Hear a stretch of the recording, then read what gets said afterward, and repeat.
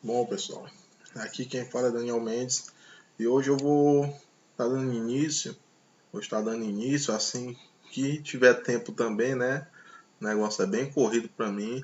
Para quem não me conhece aí, eu sou engenheiro de redes, então trabalho com redes de computadores, né? Não é a rede aí de dormir, é a rede lá de FTTH e essas coisas não. Enfim, brincadeiras à parte, vamos lá. O que eu vejo hoje em dia, cara? Infelizmente, a gente sabe, ah, infelizmente ou felizmente, né? Todos nós da área de tecnologia da informação, redes ou áreas afins, sabe, ou pelo menos deveria saber que o IPv4 já era, se acabou, certo? Então, o que acontece hoje em dia? As empresas, os provedores, os ISPs, as operadoras, não importa o nível, a classificação, eles estão sem endereço. Por quê? Porque quem é o responsável por endereçar isso, alocar esses prefixos, porque na verdade o prefixo ele não é de operadora, nem é de ninguém. O prefixo, no caso do Brasil aqui, quem aloca ou toma de conta dessas questões relacionadas à delegação de prefixos e afins é o registro BR, né, através do NIC BR. Enfim, então eles não têm mais prefixos, então não tem, tá entendendo aquela coisa? Não tem mais, não há como mais fornecer prefixos IPv4 público para ser o operador lá de rede, para que ele possa lhe fornecer, porque se ele não há como ele lhe fornecer.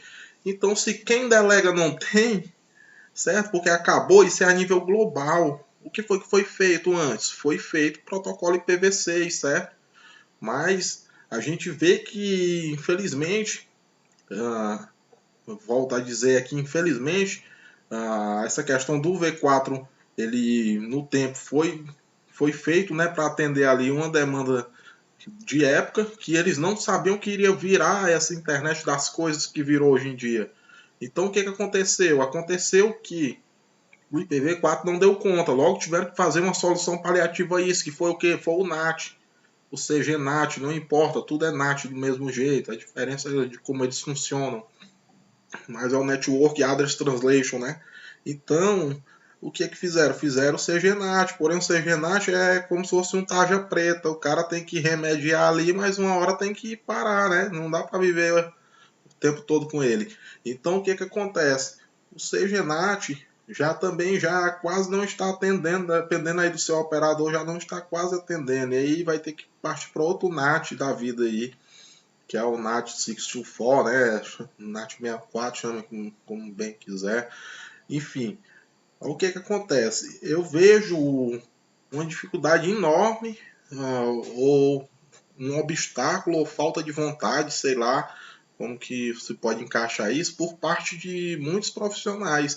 Os caras fazem de tudo para não utilizar o endereço IPv6 que já está lá endereçado via operadora, né? Inclusive eu uso essa extensão aqui. As operadoras entregam geralmente em dual stack, né?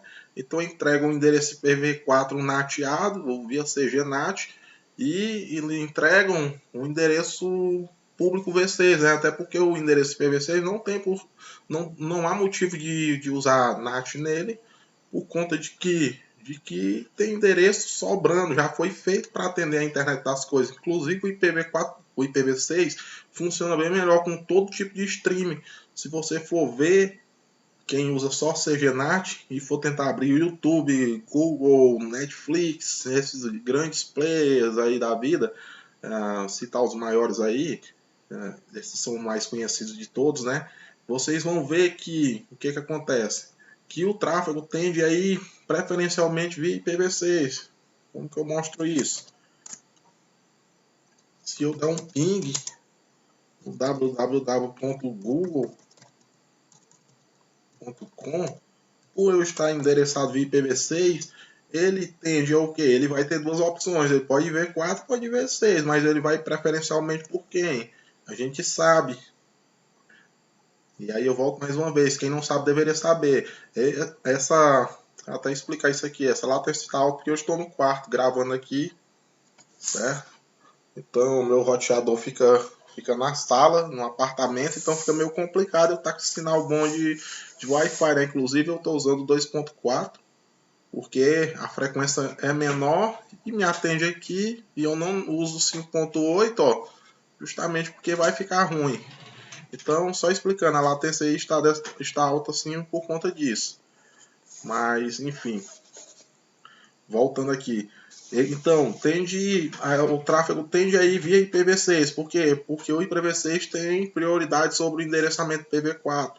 Mas se eu ficar sem endereço IPv6, claro que ele vai ir via V4. Por exemplo, vamos tentar pingar aqui uma coisa que não funcione via IPv6. www, acho que a Globo não funciona ainda.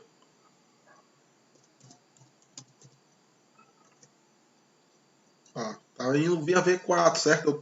Eu tenho duplo endereçamento. Meu servidor de DNS vai fazer o papel dele, né?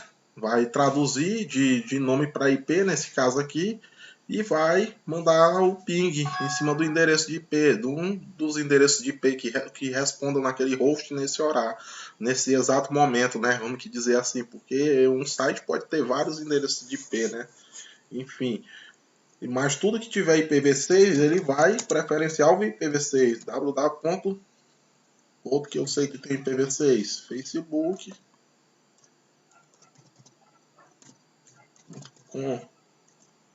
Certo? Percebam que ele vai preferencialmente via IPv6. Mas aí, depois de falar tudo isso e de citar aí a questão de que eu acho mais uma. Daniel Mendes, no meu ponto de vista, eu acho falta de desinteresse por parte de vários profissionais em utilizar, em se capacitar e aprender a trabalhar com protocolo, certo? Então o pessoal fica evitando de tudo, querendo fazer de tudo que é gambiarra para não utilizar o protocolo. Ah, porque o endereço é enorme, porque dá trabalho disso, dá... Cara, funciona com tudo, com Windows, com Linux, se fosse tratar de sistema, todos já suportam. Então eu não vejo motivo de por que o cara tá lá tentando fazer gambiarra de direcionamento de porta. Os caras fazem a gambiarra mais complexa do mundo, mas não usam o endereço que já está disponível. Ela não dá para entender. E aí, a gente vamos aqui ao ponto interessante da coisa que eu vim mostrar para vocês que vai auxiliar algumas pessoas nesse sentido, certo? Então, se tratando de um Windows, assim como a maioria dos sistemas, a gente sabe que ele vem com um firewall ativo. E um dos princípios desse firewall é que ele não receba requisição ICMP de outro endereço de fora. Ou seja, na sua LAN você vai até conseguir pingar. Agora, vir de fora, entrar na sua WAN, no seu roteador lá, que estiver endereçando via IPv6, sair na sua LAN e chegar até seu computador, isso não é possível. Por quê? Porque é um parâmetro de segurança do Windows, e isso está no firewall. Inclusive eu estou elaborando aqui as regras para ficar mais fácil, como eu trabalho com command line, né, a CLI aí, a tela preta, no Black Style. Então eu estou elaborando isso porque fica mais fácil ativar e desativar isso para a questão de troubleshoot. Mas tem até um site de um colega aqui que explica bem melhor. Eu vou deixar o link na descrição, como fazer via interface gráfica do próprio Windows isso. Esse tipo de regra lá. É como se fosse regras de firewall, certo? O Windows tem um firewall nele. Assim como o Linux e todo sistema geralmente tem, né? Roteadores de borda geralmente tem ali uma política de firewall, essas coisas. E se tratando desses sistemas também não deixa de ter, certo? Eu acho bem mais complicado fazer via interface gráfica dele, certo? E aí fica aqui nessa parte aqui do Disable Rule, né? E cria como rules ali, né? Geralmente as regras são usadas assim, né? Tanto pela Huawei como pela Cisco, como outros fabricantes ali, eles sempre citam o rule quando se trata de regras de firewall, né? No Windows não é diferente, para vocês verem.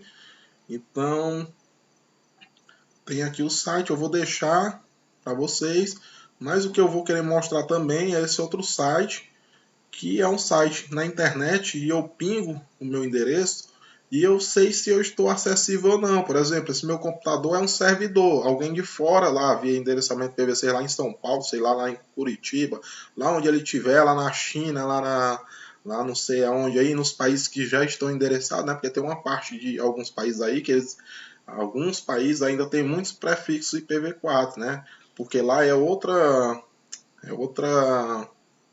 como é que se diz, cara? É outra autoridade, enfim, não esqueci o nome que melhor se encaixa nesse sentido, que define as alocações. Então, para eles lá, eles ainda têm muito endereço. Então, para eles ainda não adotaram tanto o IPv6. Inclusive, tem um site que mostra isso.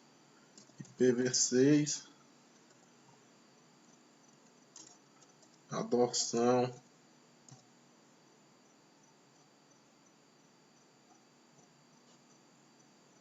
Eu acho que é esse aqui do Google, ó, que mostra nível mundial, certo? Tá aqui uma escala, esse site aqui mesmo.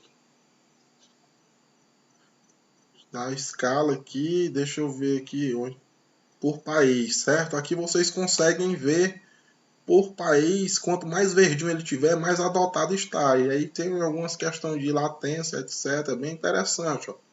Vejo que na Índia aqui já está bem mais verdinho que os outros, né? E aí tem uns menores aqui, mas essa grande parte aqui, ó, na Rússia, por exemplo, a Rússia eu sei que tem muita botnet, né? Na Rússia e na China.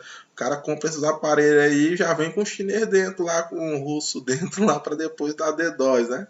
Depois os caras vão estar querendo me processar aí, eu falando besta aqui. Mas todo mundo sabe, né? Inevitável. Então, tá aqui. Quem quiser também, é só pesquisar aí como eu pesquisei, que você vai terminar encontrando aqui essa página, que eu posso até deixar na descrição também. Então, vamos lá. A primeira coisa para você fazer o ping no seu endereço de IP é saber qual é, na verdade, seu endereço de IPv6, né? Então, aqui mostra os dados no meu provedor, né, que estava me provendo a conexão, e qual endereço IPv6 eu peguei. Claro que se essa máquina é um servidor e eu preciso que ele fique acessível, eu tenho que endereçar isso aqui. Se eu for mais inteligente, claro que o endereço é grande, se um V4 é complicado de decorar, claro que eu vou fazer um servidor de DNS para eu digitar assim, meu servidor lá em casa, no meu apartamento, ponto alguma coisa. Tá entendendo? E aí ele vai traduzir para mim, é justamente uma das funções do DNS, porque o cérebro humano é mais capaz de decorar nomes, é mais fácil para ele decorar um nome do que decorar um endereço desse tamanho aqui, não é? Não é bem mais complicado? Então, aí é princípios de DNS, não vão entrar em conceito disso e explicar como é que isso funciona, que todo mundo que trabalha na área também, digo mais uma vez, eu gosto de dizer isso, o pessoal diz, o Daniel, tudo ele diz que as pessoas deveriam saber. Mas, cara, se você trabalha na área, você tem que estar se capacitando, tem que estar sabendo mesmo realmente. Se isso não sabe, a gente está explicando aí sempre nos canais, né? Claro que nem todo mundo nasceu sabendo, mas a gente que trabalha na parte de redes, a gente também é pesquisador, né? A maioria, porque a gente está em constante pesquisa ali do que tem atual. A gente também não deixa de ser um pesquisador, até porque a tecnologia já está dizendo, é tecnologia, o que mais evolui no mundo é tecnologia. Se você não evolui junto, logo você não acompanha ela, não é isso? Então, vamos lá. Esse site aqui, ele mostra qual é o endereço. O nosso amigo aqui, Remonte, deixou esse site, certo? Ele colabora muito aí na parte de Linux, tem o pessoal que faz parte de fórum deve conhecer, certo? Quase todo mundo que faz parte de fórum deve conhecer. Ele tem várias aplicações interessantes, certo? Uma delas é essa de identificar seu endereço IPv6. Claro que você consegue ver isso na sua command line também, mas não vou entrar tanto em detalhes de command line para o pessoal não dizer que está mais complicado ainda, beleza? Então eu vou estar mostrando soluções aqui mais simples de obter determinados dados. Então, aqui eu vejo qual é meu endereço. Esse outro site aqui, próximo site que a gente vai estar vendo, ele faz um ping de fora para o seu endereço, certo? Então, esse site aqui, eu não sei onde é que esse cara está hospedado aqui, mas ele está em algum lugar. Deixa eu ver aqui. Se eu mandar um CMD aqui.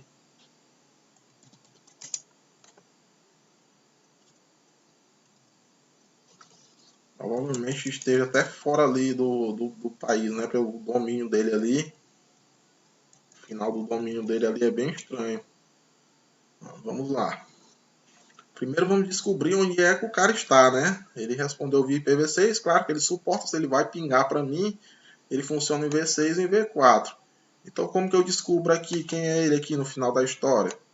Eu vou copiar aqui, né? Isso aqui eu estou mostrando outra coisa, só para a gente saber aqui onde que o cara tá, para me dar uma ideia de questão de latência. BGP.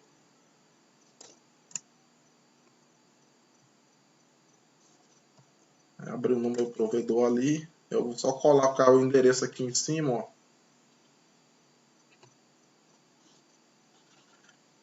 Enfim, ele não encontrou esse endereço. Pode ser que não esteja delegado, sei lá, algo do tipo. Deixa eu ver se ele acha o site.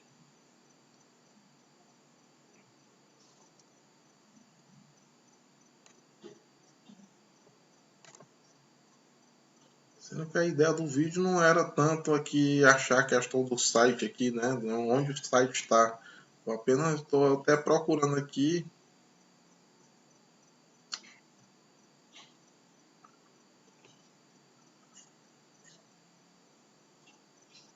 Estava mais procurando só para mostrar para vocês que o site é de fora, né? Mas enfim, ele não está delegado um domínio para o endereço que ele respondeu aqui, então não consigo traduzir aqui, né?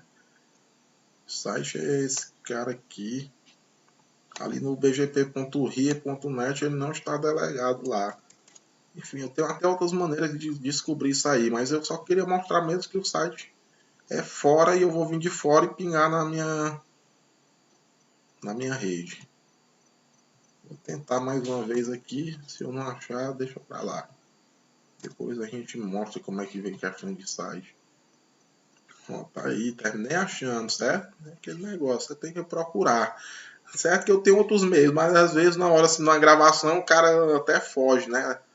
Enfim, o site aqui é de fora, certo? Como vocês podem ver aqui, pertence, pode estar... Por que está mostrando que ele está em vários AES? Porque ele pode estar hospedado em vários locais aqui, certo? Então ele pode ter uma hospedagem nos Estados Unidos, outro lá no Reino Unido, no Canadá, e vai mostrar que ele está aqui em todos. Beleza? Basicamente é isso. Se eu soubesse o IP dele, quando eu colocasse o IP aqui, ele falar para mim aqui qual o IP que está nesse momento. Mas enfim, vocês viram que o site é de fora. Então eu sei que meu endereço é esse. Eu vou copiar. Eu vou lá nesse site e vou mandar pingar no meu computador. Ele vai pingar? Não vai. De cara eu vou adiantando. Por quê? Volta lá para a regra de firewall que eu estava explicando da agora. O Windows não aceita, ou seja, o ping do host é desconhecido, certo? Ele não encontrou o ping, o host. E aí, é o meu computador que é inalcançável? Não é. É como eu falei, tem que saber. Tem que saber fazer a coisa. Então eu sei que um dos princípios que faz eu aceitar qualquer ping de fora é se eu vir no Windows, por exemplo. Se você quer fazer um troubleshoot disso aí, e vou desativar o Windows automaticamente, o firewall do Windows. Eu vou aceitar tudo vindo de fora, certo? Vou fazer isso, ele vai me alertar. Mas como eu falei, eu posso criar uma regra para aceitar o ping do IPv6 de fora, o ping do V4, eu posso fazer inúmeras coisas. Como eu estou montando aqui no Notepad aqui, para que depois eu só cole isso ou habilite, desabilite determinado recurso, certo? Então desativei o firewall do Windows, automaticamente se eu mandar de novo pingar, vocês vão ver o que vai acontecer, ó. Aguarde um momento. Blaze White aí, né? Tá aí, pingando. Certo? Pingou. Vamos pingar de novo. E ele vai dar sucesso, certo? Sempre. Por quê? Porque meu computador está alcançável em qualquer lugar na internet. Certo? O meu IPv6 é público. Não existe essa de IPv6 privado. Para que usar IPv6 privado? Até tem endereçamento IPv6 para uso privado. Mas é para laboratório, para documentação. Não tem necessidade de empresa nenhuma vai querer estar lhe entregando IPv6 privado, certo? Porque a ideia é justamente ele funcionar aí e resolver essas questões que o pessoal tinha de ter que estar fazendo NAT, etc. Então ele é ponta a ponta, é fim a fim que a gente chama, certo? Aqui eu só vou clicar novamente em usar configurações recomendadas, automaticamente o Windows não vai aceitar ICMP, seja de V4 vindo de fora ou de V6, e aí não vai pingar mais de novo, ó. Então, é uma coisa simples. Por exemplo, se eu quisesse pôr essa minha máquina para ficar acessível à internet via IPv6, bastaria eu fixar. Eu falava lá com o meu provedor, geralmente alguns fazem assim, outros não, mas eu dizia, ó, cara, deixa. Falava com ele, ó, cara, deixa meu prefixo IPv6 fixo aí, que ele não pode trocar. E aí, beleza, o seu roteador ficaria sempre com o mesmo prefixo. Você precisaria endereçar isso aqui na sua placa de rede, certo? CMD, teria que fixar IP config, teria que fixar e sair na sua placa de rede também, lá na configurações de rede, pode ver que o meu está em dual stack, e aí já é mais uma questão de você lá, né? O provedor não há muito o que fazer com isso, ele não vai chegar e ficar endereçando sua placa de rede. O roteador que ele entrega geralmente faz isso por Slack, né, ou por DHCP. E aí é auto-endereçamento, né? Sua placa de rede geralmente vem para obter endereço IP dinâmico, sua internet funciona e pronto. É isso que geralmente vão lhe entregar. Agora, se você precisa fixar e etc., geralmente é uma coisa que você vai fazer, né? Então, se tratando aí de quem trabalha com TI, o cara tem que entender isso aqui. Nós já estamos aí na época em que 70% do tráfego, 50%, 70% em alguns locais, já é todo via IPv6, então não adianta, cara, o cara tentar correr com solução de gambiarra de NAT, porque a chave está girando. Quando ela terminar de girar, já era, não vai mais haver o que se fazer quanto a isso, certo? Vai ter que trabalhar e vai ter. Aquelas pessoas que sabem trabalhar vão ganhar dinheiro com isso, e quem não se capacitou, aí não correu atrás de aprender, vai ficar para trás. É assim a tecnologia. A tecnologia é evolutiva e ela não perdoa. Você evolui com ela ou fica para trás, certo? Só essas duas opções. Não há muito o que se fazer não. Então, vou deixar esses sites aqui no vídeo. E fica aí a dica aí para vocês nessa questão aí do IPv6. Tem muita gente aí que eu vejo o cara fazer de tudo aí, tudo que é gambiarra possível, o que é a gambiarra da gambiarra, mas não faz uma coisa simples, que é endereçar um servidor, deixar o servidor dele disponível online com endereçamento via IPv6. Eu já vi de tudo já, por isso que eu tô até mandando aqui, que eu já vi cada solução que eu digo, cara, não é tão simples pegar e endereçar isso aqui. Então tá aí, fica a dica aí para quem precisar, ó, já tem até esses sites aí que eu citei aí para fazer um troubleshoot, se o que você está fazendo está funcionando corretamente aí, e para fazer seus testes aí também, né, em laboratório e etc. Então fica essa dica aí.